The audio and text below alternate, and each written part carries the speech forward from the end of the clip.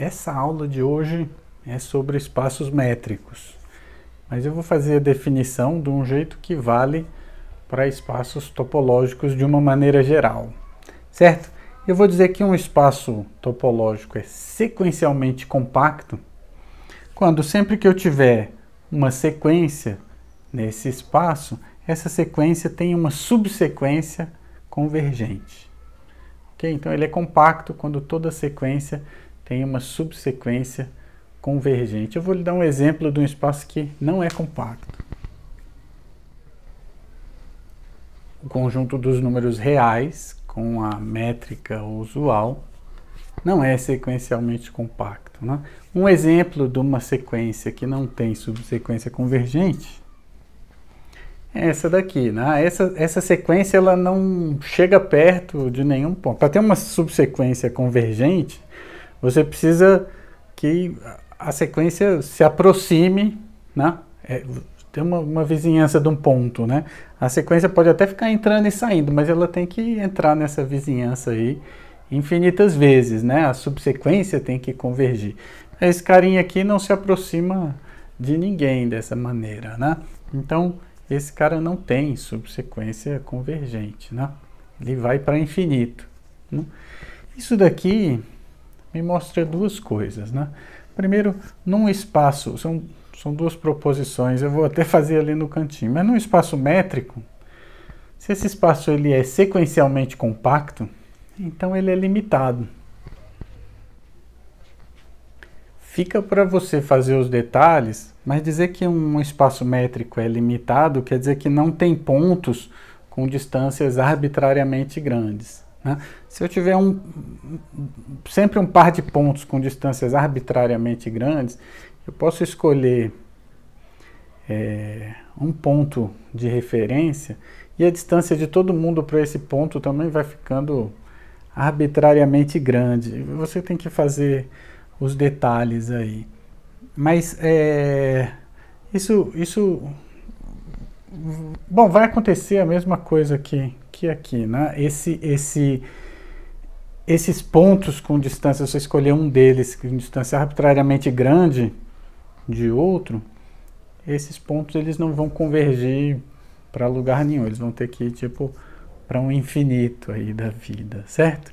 E a outra coisa é que no fundo, se você pensar bem, essa sequência ela converge para o infinito, como se o infinito fosse um ponto do espaço, né? Então, imagina que você tem uma sequência que converge para um ponto, né? Nos espaços métricos, os limites da sequência são únicos, então ela não pode convergir para dois pontos diferentes, né? Agora, se você remover esse ponto do espaço, né, o R com o infinito, essa sequência convergiria para o infinito. Se você remover o infinito, você tem de novo só o R, né? E aí isso deixou de ser sequencialmente compacto, porque a sequência que convergia, qualquer subsequência vai ter que convergir para o mesmo lugar, né? Se você removeu esse ponto, isso é uma sequência agora que não tem nenhuma subsequência convergente, né? Então, por causa disso, vem a minha segunda proposição. Aqui, olha só. Eu tenho um espaço métrico X e eu tenho um subconjunto B. Vou aproveitar para fazer uma definição. Eu vou dizer que esse subconjunto, porque eu defini o que é um espaço métrico ser compacto, né? Pegar um subconjunto de um espaço métrico. Eu vou dizer que ele é sequencialmente compacto quando ele for compacto como um espaço métrico, né? Eu posso pegar a métrica de D e restringir a B, né? E aí agora ele é um espaço métrico e ele pode ou não ser sequencialmente compacto, né? Nesse caso, a gente pode usar essa coisa de induzir um espaço e ver se o espaço métrico induzido no subconjunto é sequencialmente compacto, ou a gente poderia ter definido direto o que significa um subconjunto ser sequencialmente compacto, né? Significa que toda sequência xn aqui em B tem que ter uma subsequência que converge para alguém de B, certo? Ou seja, quando você restringe tudo a B, você vai ter que qualquer sequência xn lá dentro tem uma subsequência convergente, certo? Então, um subconjunto ele é compacto quando toda sequência nesse subconjunto tem uma subsequência que converge dentro desse subconjunto, para dentro desse subconjunto. O limite também tem que estar lá dentro, né? Nesse caso, olha só, se eu tenho um subconjunto que é sequencialmente compacto, ele vai ter que ser fechado.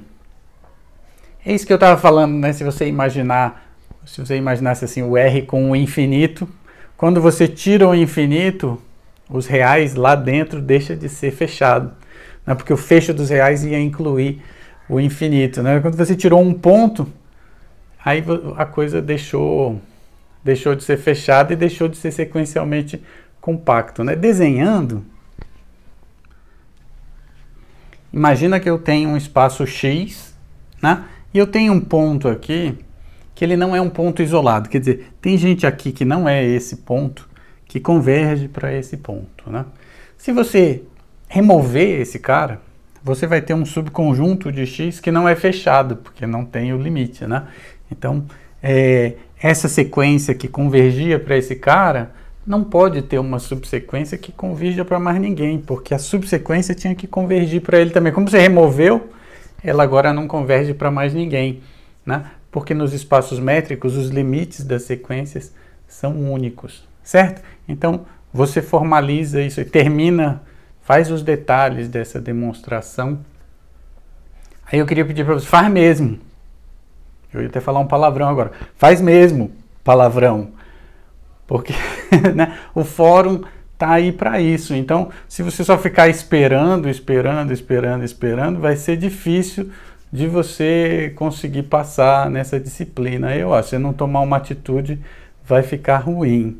Certo? Então, vai lá e faz, demonstra isso daqui. Pega uma folha de papel, escreve tudo isso daqui e demonstra. Se você pegar um conjunto B, que não é sequencialmente fechado lá dentro, você tem uma sequência que não tem subsequência convergente. É isso. Na verdade, a sequência pode ter uma subsequência convergindo lá fora, né? Mas ela não vai convergir dentro de B.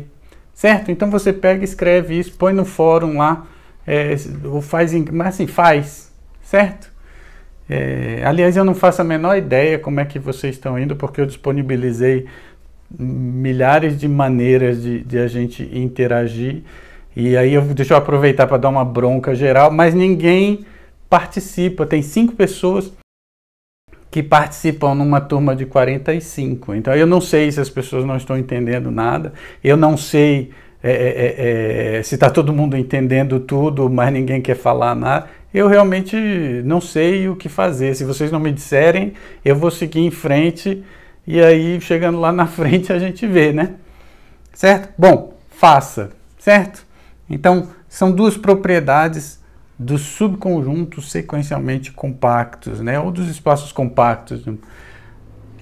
Ele tem que ser limitado. Se ele for ilimitado crescendo, quer dizer que você pode sempre pegando um ponto longe, esse ponto não vai convergir para lugar nenhum, né? Porque a distância entre dois pontos não pode ser infinita.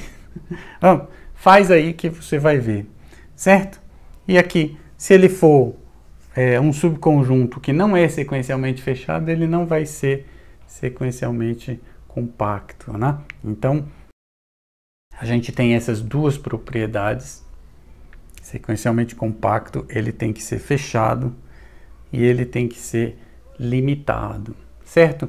Em Rn, a volta vale. Se um subconjunto, a gente deve ver isso no curso. Se um subconjunto de Rn for fechado e limitado, ele vai ser compacto. Por causa disso, tem uma série de professores, quando você faz só análise em Rn ou coisa assim, tem muitos professores que definem compacto, ou sequencialmente compacto, que vai ser tudo a mesma coisa, mas a gente ainda não viu compacto. Mas o que eu quero lhe dizer é, tem um monte de professores que vai definir compacidade assim. É um subconjunto fechado e limitado de Rn. Isso é uma péssima definição de compacidade. Ela é pouquíssimo útil para você fazer qualquer coisa com ela, né? As definições... Primeiro que uma definição desse tipo não vale para espaços métricos de um modo geral. E depois tem um problema que é o seguinte, é que tem muita definição que ela é fácil de você verificar que as coisas são aquilo. Então, se eu for lhe dar um monte de exercícios assim, verifique se isso é compacto, verifique se isso é compacto, verifique se isso é compacto. Aí, excelente. Fechado e limitado. Pronto. É limitado? É fechado? Pronto. É compacto. Né? Mas, normalmente, o que você vai fazer com compacidade é pegar um conjunto que é compacto e fazer alguma coisa com ele. Na hora de fazer alguma coisa com ele, saber que ele é fechado e limitado, geralmente, é muito pouco útil. Certo? Então, por exemplo, a imagem de um conjunto fechado e limitado por uma aplicação contínua. Será que ela também é fechada? A imagem de um fechado é sempre fechado por uma aplicação contínua? Você não sabe. Pode ser que não seja. Né? Então, é complicado isso, não é fácil. A gente vai ver, mas a imagem de um conjunto sequencialmente compacto é sempre sequencialmente compacta. Certo? Então você consegue coisas, se você tiver uma definição boa, que você não consegue com uma definição ruim. Porque para você mostrar que a imagem de um fechado é fechado, não é uma coisa simples. Né? Então, compacidade, na hora de definir, jamais defina como sendo um conjunto limitado e fechado. Certo? É uma definição que só funciona em Rn, em alguns espaços aí. E que, no fundo, esconde a real utilidade do conceito de compacidade. Ela só serve para você dizer assim, pronto, entendi, beleza. O que é? Pronto. E aí, o que você ganha quando o conjunto é fechado e limitado? Não sei, mas eu consigo responder na prova. Quando perguntarem, esse aqui é compacto? Você olha, é fechado, é limitado? Então pronto. Certo? Não use isso como definição de compacidade. Por exemplo, se você, em vez de pegar um Rn, você pegar um R infinito aí, né? Então, um espaço normado de dimensão infinita, eu vou colocar a norma do supremo. Não é o Rn todo, não. A gente está tratando só as sequências limitadas, tá? Eu não sei uma notação para isso. Eu sei.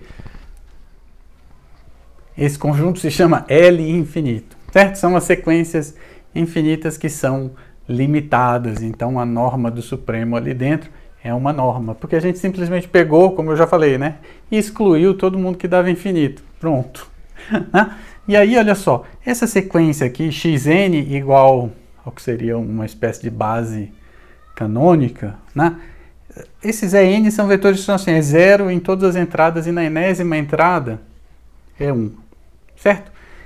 Essa sequência, ela está contida aqui, ó, na bola fechada de raio zero. Bom, a bola fechada de raio zero, ela é fechada. Não sei se você já mostrou que a bola fechada é fechada.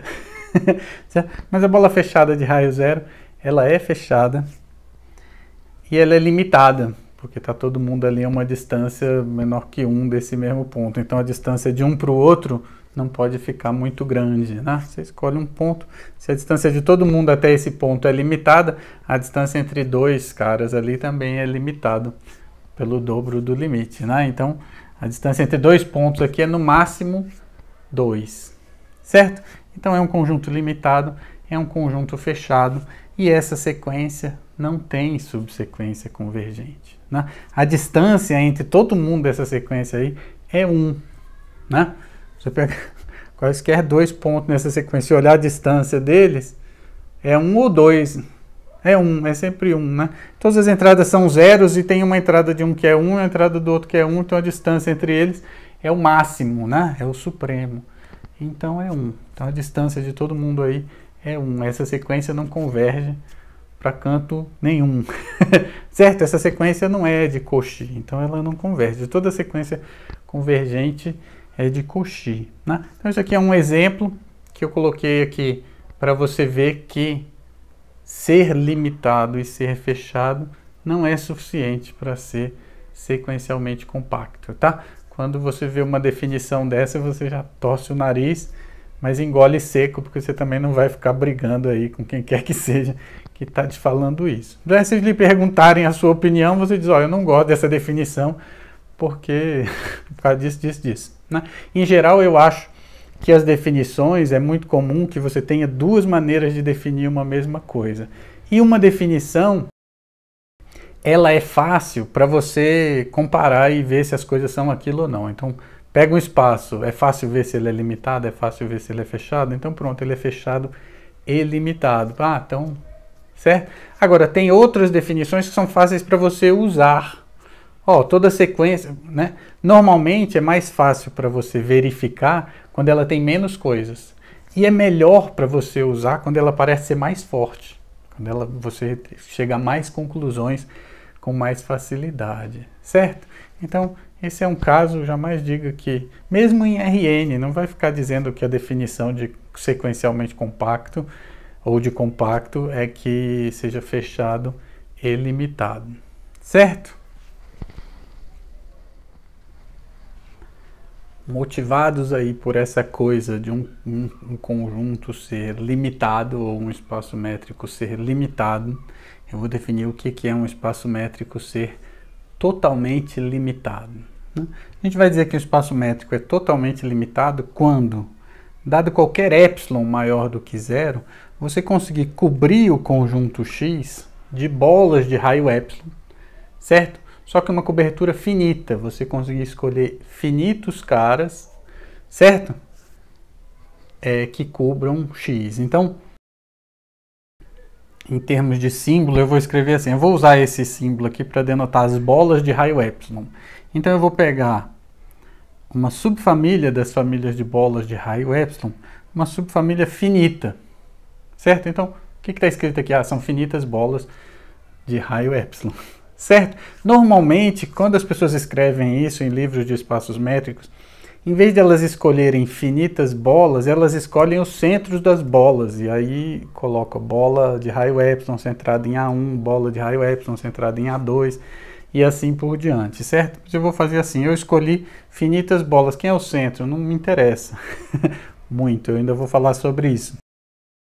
Mas o que acontece é que X é totalmente limitado quando ele, para qualquer epsilon, puder ser escrito como uma união de finitas bolas de raio epsilon, né? Só lembrando, aquele espaço, o L infinito das sequências, né? Eu peguei aqueles EJ, né? E1, E2, E3.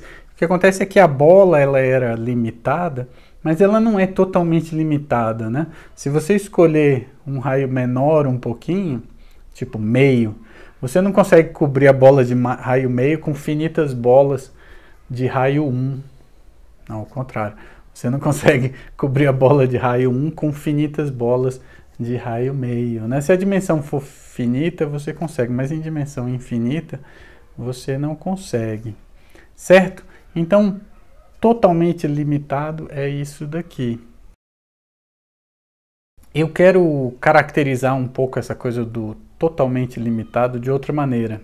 Na verdade, bom, tem essa coisa com bolas. Ah, deixa eu falar dos subconjuntos. Então, o espaço ele é totalmente limitado quando isso acontece.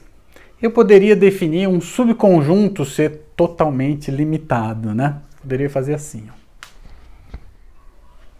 Um subconjunto de X ele é totalmente limitado quando, para todo epsilon, existir uma família finita, tal que esse conjunto pode ser coberto por finitas bolas de raio epsilon, né? Isso daqui seria um conceito de totalmente limitado, mas tem um outro que é parecido, mas que a princípio não é muito igual, que seria assim, eu poderia pegar esse XD e restringir essa métrica em B. Então B agora é um espaço métrico também, né? Com a métrica induzida. E dizer isso daqui talvez não seja a mesma coisa de dizer que ele é totalmente limitado na topologia induzida. Por quê? Olha só, vou desenhar. O desenho está meio feio, mas olha só, imagina que eu tenho aqui uma bola que tem interseção com esse B. Ou seja, essa bola está usando para cobrir o conjunto B. O conjunto B é esse quadrado aí, né? Esse ponto, o centro da bola, que não está muito... não está muito no centro, não. Mas o centro da bola ali, se ele estiver no conjunto B, essa interseção aqui, ela é uma bola também de raio epsilon centrada ali nesse mesmo ponto, né? Então, ela poderia ser usada como uma bola. Não, quando eu restringo a métrica aqui a B, esse conjunto, a interseção dele com B, continua sendo uma bola, né? Esse pedacinho ali é uma bola. Centrada onde? Centrada nesse ponto A, né? Agora, o que que acontece? Não vou nem fazer mágica. Se o centro dessa bola tivesse não aí, mas aqui. Pronto, agora quando você faz a restrição, esse cara que era uma bola lá em X não é uma bola mais em B, certo? Então, a princípio, parece um pouco diferente essas duas definições de ser totalmente limitado, né? A pergunta é, será que se eu conseguir cobrir com bolas assim, mesmo que o centro não esteja lá em B, será que eu não consigo cobrir com bolas que o centro está em B? Certo? Essa é a pergunta. Então, espaço métrico é meio chato, porque você tem que ficar preocupado aí com o centro da bola, certo? Se a gente estivesse falando só de abertos e coisas assim, na topologia induzida, aberto é aberto. Acabou, né? Certo? Agora ficar se preocupando com o centro da bola é meio chato. Eu vou fazer uma proposição rapidamente só para mostrar que essas duas coisas são a mesma coisa, certo? Eu vou definir, na verdade, a rigor, eu vou definir um subconjunto sendo totalmente limitado quando ele for totalmente limitado com a métrica induzida. Então, eu vou definir o que é um espaço métrico ser totalmente limitado. Vou limpar isso aqui.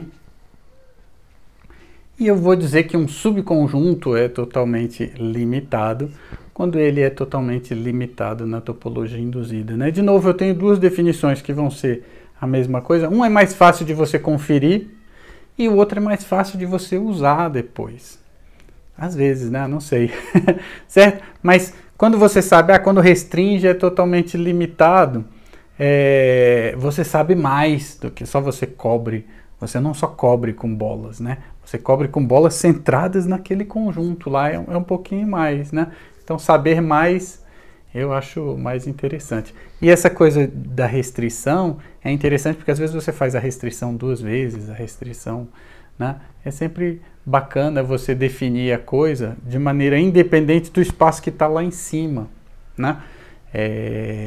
Então, quando você diz assim, olha, ele é sequencialmente compacto quando ele é sequencialmente compacto na topologia induzida. Ele é não sei o que quando ele é não sei o que, né, na métrica induzida. Significa que quem está lá fora não interessa muito, só interessa a métrica induzida, né? Em termos de bola fica essa coisa estranha de você dizer, eu poderia ter pegado essa bola com o centro no subconjunto. Deixa eu fazer a proposição aqui, que eu estou falando demais. Está aqui a proposição.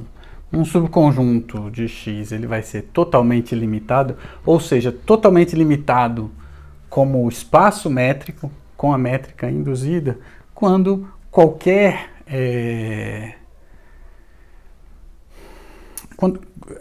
epsilon que você escolha, existir uma família de bolas de raio epsilon, bolas lá em X, certo? Uma família finita que cobre esse conjunto B. Né? Por que que essas duas coisas são diferentes?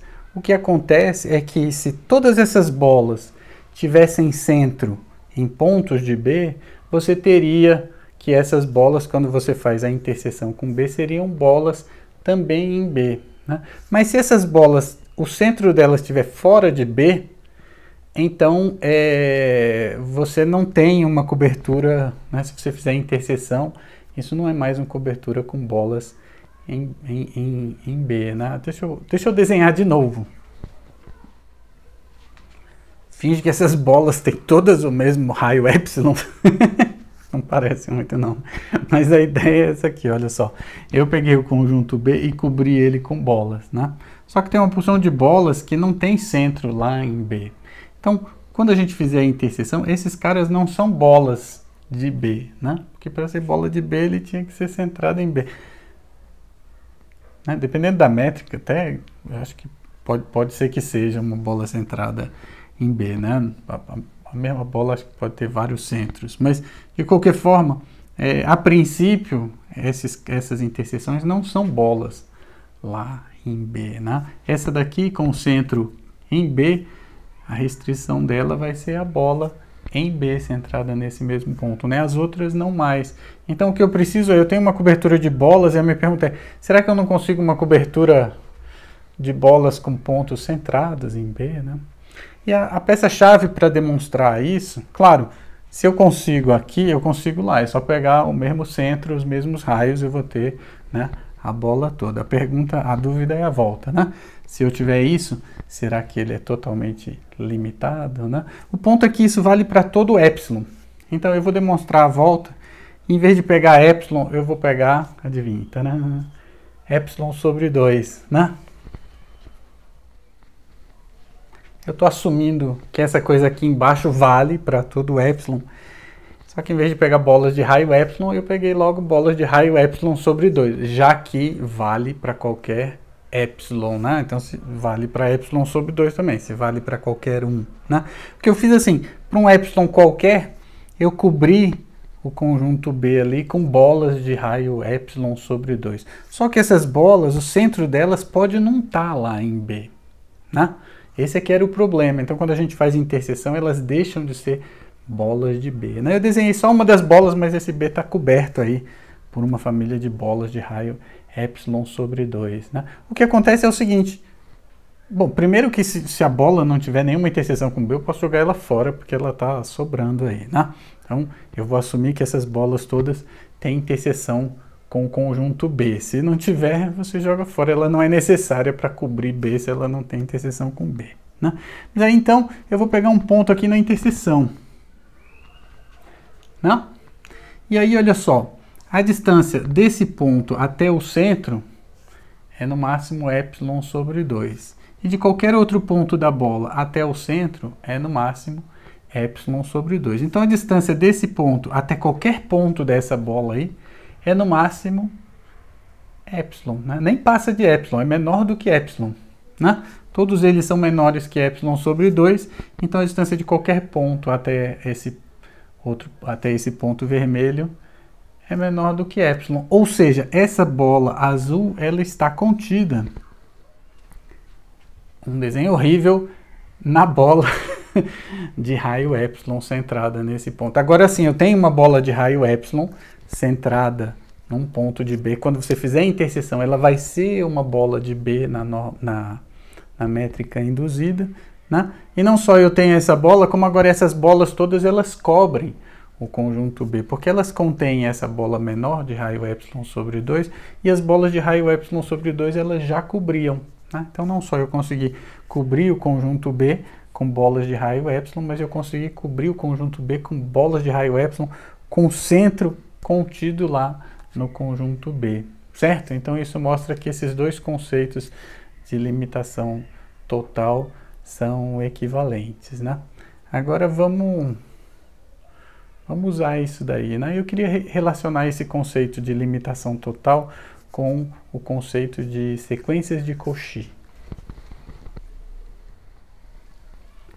A gente vai usar um lema que é um corolário disso que a gente acabou de fazer. Quer dizer, um subconjunto de um espaço X, ele é totalmente limitado quando você consegue cobrir ele por bolas. Não interessa se as bolas estão ou não estão centradas lá, né? Bom, aí agora com a moleza, né? Essa definição de só conseguir cobrir, de não precisar ser na topologia induzida, é uma definição que é mais fácil de você verificar, né? E o que a gente precisa fazer aqui é verificar que B é totalmente limitado. O corolário é isso aqui, ó. Se eu tenho um espaço que é totalmente limitado, então qualquer subconjunto desse espaço vai ser totalmente limitado. Claro, se você tem uma família de bolas de raio epsilon que cobre X, ela cobre B. Pronto, acabou, né? Agora, se eu estivesse falando da restrição, né, da métrica induzida, e se eu conseguia cobrir com bola sim ou não, o centro de cada bola precisa estar lá em B, né? E aqui agora a gente não precisa mais dessa coisa, porque a gente viu que essas duas formas de falar de limitação total são equivalentes, tá? Então, a gente vai usar isso daqui para relacionar essa coisa de totalmente limitado com as sequências de Cauchy. Proposição. Dizer que um espaço métrico é totalmente limitado é a mesma coisa que dizer que toda sequência lá nesse espaço métrico tem uma subsequência de Cauchy. Então, a gente poderia ter definido assim: totalmente limitado significa toda sequência tem uma subsequência de Cauchy. Seria uma definição boa, num certo sentido, mas seria uma definição muito esquisita dado o nome totalmente limitado, né? Parece que você quer cobrir, né? Que você quer uma bola e que limite esse negócio, né? Certo? Então, totalmente limitado significa que toda sequência tem subsequência de Cauchy, certo? O jeito de mostrar isso eu vou fazer só mais ou menos, tá? Só mais ou menos. Olha só. Primeiro a gente vai assumir, né, que o espaço X ele é totalmente limitado e vai mostrar que se eu pegar uma sequência qualquer, ela vai ter uma subsequência de Cauchy, né? O que significa isso? Para todo epsilon vai ter que ter um momento que dali para frente a distância de 2 pontos dessa sequência é pequenininha, é menor que epsilon, né? Menor ou igual que epsilon, ou menor que epsilon, tanto faz, né? Então, a gente precisa, não é que a gente precisa, mas a gente vai construir essa subsequência, uma subsequência de Cauchy, usando essa propriedade de limitação total, né? Eu vou pegar as bolas de raio 1 sobre n e eu vou fazer um processo indutivo, certo? Então eu vou começar com um conjunto que eu vou chamar de x0, que vai ser o x todo. E o que eu sei é o seguinte: x0 é totalmente limitado, né? Vou desenhar. Para esse x0, que é esse quadrado aí, se eu escolher um raio qualquer, eu consigo cobrir esse conjunto com bolas desse raio, né? Eu vou escolher o raio 1, então eu consigo cobrir esse conjunto com finitas bolas de raio 1, né? Aí eu tenho essa sequência xn lá dentro, vou desenhar.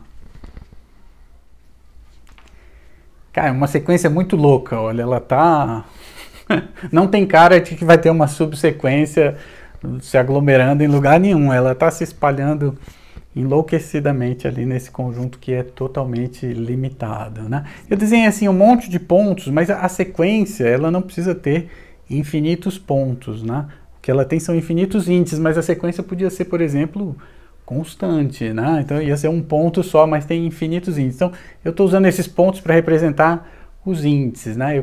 Imagina que são infinitos pontos, mas na verdade são infinitos índices, são infinitos momentos em que a sequência está aqui ou lá, né? O que acontece é que a gente tem um número finito de bolas que cobre esse conjunto e um número infinito de índices, né? Mas um número infinito de pontos, eu vou dizer pontos, mas são os índices. Então tem algum conjunto desses aí que tem que conter infinitos desses xn aí, né? Certo? Tem um cara que contém infinitos desses xn. Eu peguei uma bola de raio 1, né? Então, eu vou construir o chamado x1. Esse x1 é uma bola de raio 1 que contém infinitos carinhas aí, certo? Né? Não me interessa muito o centro da bola, o que interessa é que é uma bola de raio 1 e para infinitos n essa sequência cai aqui dentro dessa bola, né? Por que eu consegui mesmo essa bola? Porque eu consegui cobrir esse conjunto com um número finito de bolas. Então tem alguma dessas bolas aí que infinitos caras estão lá dentro. Eu vou chamar esse aqui de x1, né? Imagina que x1 é, por exemplo, essa bola aqui, né? Eu vou apagar o resto todo e vou eliminar um monte de coisa, mas eu ainda tenho infinitas pessoas lá dentro, certo? Ok? Na verdade, eu não estou preocupado com as pessoas, eu estou preocupado com os índices, tá? Na verdade, mas eu vou falar como se fossem os pontos. Então, o nosso desenho vai ficar assim, eu vou apagar todo mundo. Apaguei todo mundo aí, deixei só o B1, né? O que você sabe sobre o B1? Ele é um subconjunto de X que contém infinitos pontos da sequência, né? Então, eu vou escolher um ponto aí dentro, certo? Todo mundo que está aí dentro tem distância epsilon menor do que epsilon uns dos outros, certo? Eu vou pegar um ponto aí dentro. E o que você sabe sobre um subconjunto de x? O x é totalmente limitado. Esse subconjunto ele também é totalmente limitado, certo? Então, se ele também é totalmente limitado, quer dizer que você consegue cobrir ele com finitas bolas. Ok? Eu vou escrever que eu peguei o x, eu peguei esse x que eu vou chamar de xn1, que está contido nessa bola, tem infinitas pessoas nessa bola. Agora eu vou cobrir essa bola, como ela também é totalmente limitada, eu vou cobrir ela com bolas de raio 1 sobre 2. Né? Na verdade, 1 sobre 2 sobre 2. Eu nem sei se eu peguei as bolas de raio 1. Então tá bom. Se eu peguei as bolas de raio 1, a distância de todo mundo aí é no máximo 2. Certo? Agora eu vou pegar as bolas de raio meio e vou cobrir esse cara com finitas bolas de raio meio. Eu não vou desenhar todo mundo não, mas tem finitas bolas de raio meio que cobrem esse cara e pelo menos uma delas contém infinitos termos aí da sequência, né? Eu vou pegar esse cara e chamar ele de B2. Esse B... vou chamar ele de B2 centrado num ponto A2. B2 não, B1 meio, é uma bola de raio 1 meio, né? Então eu vou chamar de X2 uma bola aí de raio meio que eu escolhi, mas é uma bola que infinitos caras da sequência estão lá dentro, certo? A2 é o centro dessa bola, a gente não está mais preocupado com o A2 não, né? Só o que a gente está preocupado é que a gente sabe que aí dentro a distância de todo mundo é no máximo 1. Aqui dentro a distância entre todo mundo é no máximo 2, né? Então agora eu vou começar tudo de novo. Perdão, deixa eu pegar um ponto nessa bola. Peguei um N2 aí dentro dessa bola. E para garantir que eu estou construindo uma subsequência, eu vou pegar o N2 maior do que o N1. Certo? Agora, de novo, eu estou na mesma situação. Eu tenho um conjunto X, se eu apagar todo mundo aqui, que é totalmente limitado e eu posso cobrir ele com bolas de raio 1/3, depois 1/4, 1/5 e assim por diante. E eu vou estar sempre sobrando só pontos que a distância entre eles vai ficando pequenininha, certo? Então, do momento para frente, a distância entre todos esses que eu estou escolhendo é sempre menor do que 2, né? 1 sobre 2n, ou 2 vezes 1 sobre n, perdão, né? Certo? Então, a ideia é essa. Através de um processo indutivo, a gente vai construindo essa sequência, ó, n1, n2, n3, n4, né? E se o n for grande o suficiente, está todo mundo bem pertinho. Então, eu não vou terminar a demonstração não, mas assim a gente constrói uma subsequência da sequência xn que é de Cauchy, certo? Se K aqui for grande o suficiente, está todo mundo, né? Deixa eu escrever isso.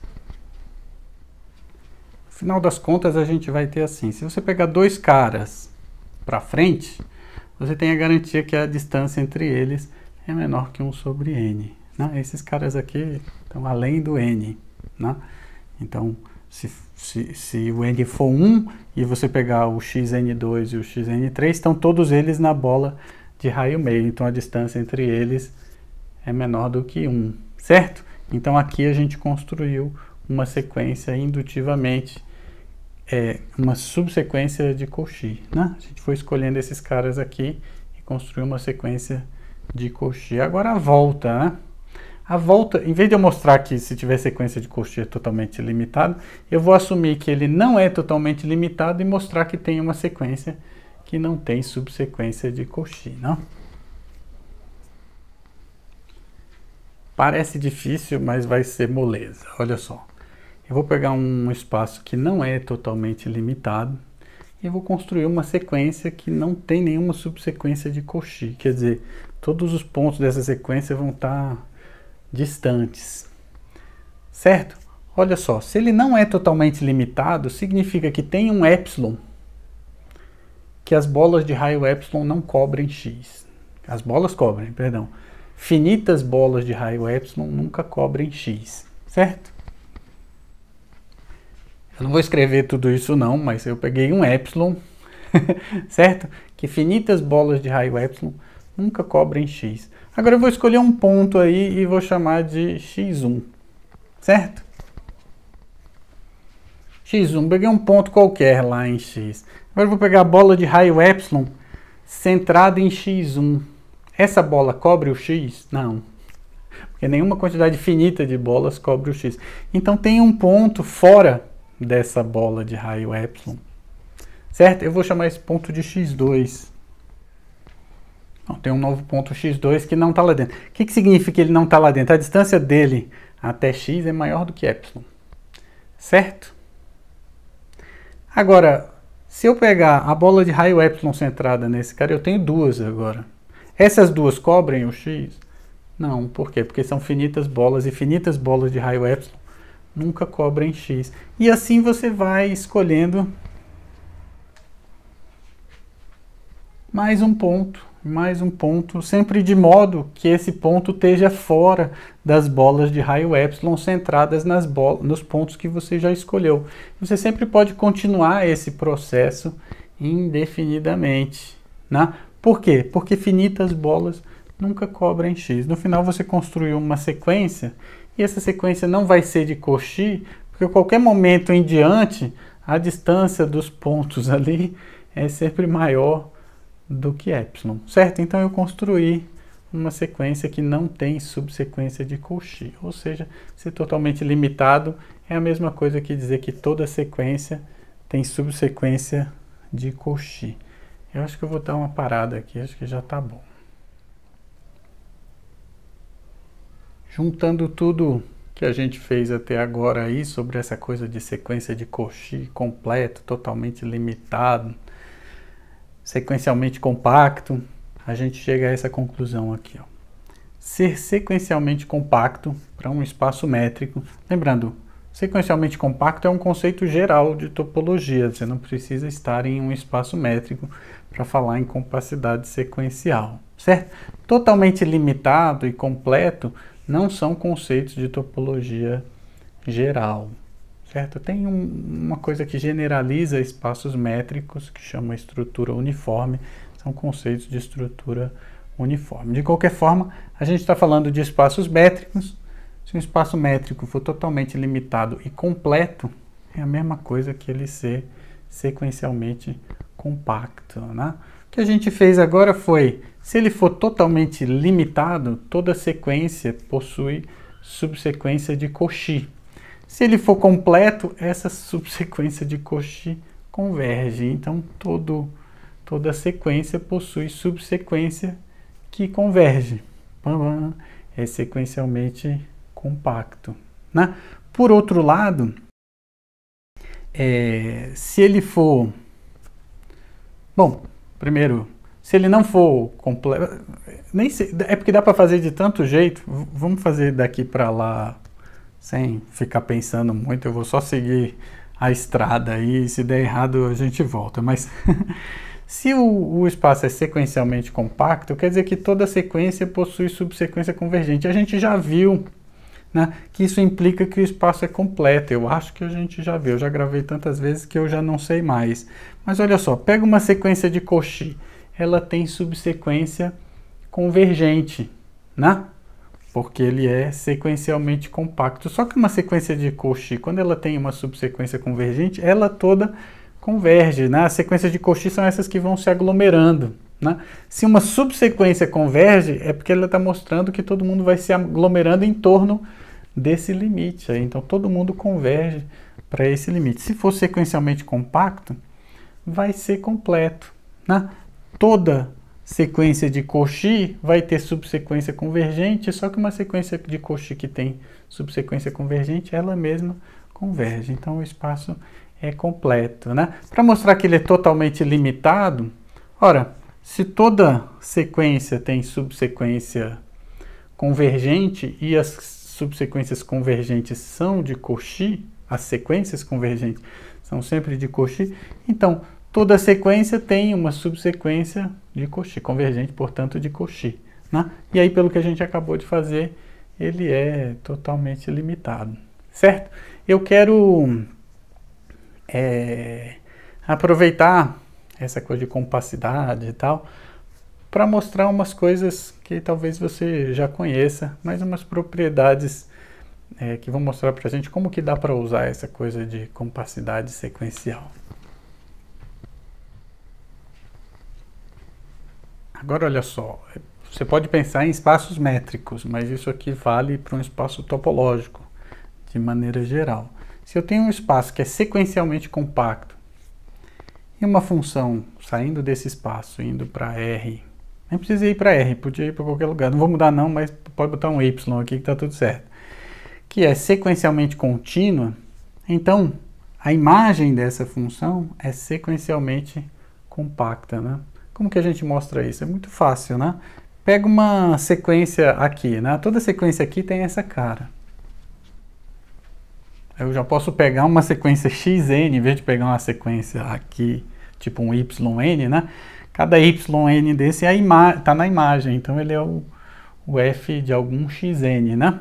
Então, as sequências aqui têm essa cara, né?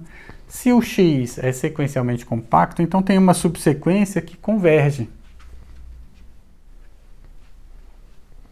Tem uma subsequência e aí xnk converge para A, né? Mas se f é sequencialmente contínuo, isso quer dizer que f de xnk converge para f de A. Vou até escrever. Pegamos uma sequência qualquer e mostramos que ela tem uma subsequência que converge, né? Então, a imagem de um sequencialmente compacto por uma função sequencialmente contínua é sequencialmente compacta, né? Aqui eu botei R, mas podia ser Y, aí um espaço topológico qualquer, certo? A gente pode usar isso para mostrar, por exemplo, que se você tiver um conjunto que é sequencialmente compacto, uma função contínua, agora sim que vai para R, ela sempre assume um máximo, olha só. Se a gente tem um espaço sequencialmente compacto e uma função sequencialmente contínua que sai desse espaço e vai para R, então essa função assume um máximo. Quer dizer, tem um x aqui que f de x é o maior valor possível para essa f aí, né? Isso mostra, na verdade, que essa função é limitada, né? Certo? Ela não pode... O supremo não pode ser infinito, porque f de x nunca é infinito, né? Bom, mas então existe uma função, um x onde a função assume um máximo, né? Como que a gente faz isso? Bom, pega o supremo da f, né? Pega uma sequência convergindo para o supremo, né? O supremo pode ser infinito, pode ser que o supremo não esteja na imagem, né? Pode ser, mesmo não sendo infinito, pode ser que o supremo de f não esteja na imagem de x. O que a gente está dizendo é que o supremo está na imagem, né? Então, assim, mesmo que o supremo de f não esteja na imagem, tem uma sequência que converge para o supremo, né? Então, você vai tomar isso aqui, né? Agora, essa sequência xn tem uma subsequência convergente. Eu falei que a gente ia usar a proposição anterior, mas eu acho que a gente não vai não. Essa sequência xn tem uma subsequência convergente, né? Tá aqui a subsequência convergente. Agora, se f é sequencialmente contínua, quer dizer que f de xnk converge para f de A, né? Só que f de xnk converge para o supremo. Aqui é importante essas coisas dos limites serem únicos, né? Unicidade dos limites. Então, f de xnk converge para o supremo da f e, ao mesmo tempo, pela continuidade sequencial, f de xnk converge para f de A, né? Aí, pela unicidade dos limites, o supremo é igual a f de A. Existe um ponto que assume o supremo, né? Certo? Aí, tem uma opção de coisas para você fazer, ver quem são os compactos de R, que os compactos de R são fechados e limitados, esse tipo de coisa. Tem uma opção de coisa que você pode fazer, mas o objetivo do nosso curso não é falar sobre espaços métricos. Então, se você tem interesse nessa parte de espaços métricos, aí eu aconselho que você estude, né? Agora, os nossos exemplos básicos são todos aqui em R, né? A gente precisa saber falar das coisas nos espaços métricos, né? A gente... Então, eu não vou a fundo, porque senão a gente foge muito da topologia geral, mas eu sempre tenho que voltar nos espaços métricos. E no caso dos espaços métricos, como é que é isso aqui, né? Quem são os compactos, né? Quem são esse tipo de coisa? Então a gente sempre volta para os exemplos, né? Para as motivações, a gente volta para os espaços métricos. Mas o curso não é sobre espaços métricos, certo? Mas agora que a gente sabe falar sobre o espaço ser completo, né? Sobre ser sequencialmente compacto, sobre esse tipo de coisa, a gente pode usar mais isso daí nos exemplos, tá? Eu vou querer, uma proposta minha para esse curso era que tivesse bastante aplicação, principalmente em análise funcional, né? E então a gente precisa um pouco desses conceitos para fazer esses exemplos, né? É mais por isso que eu estou fazendo essa pequena revisão aqui desses conceitos em espaços métricos, certo?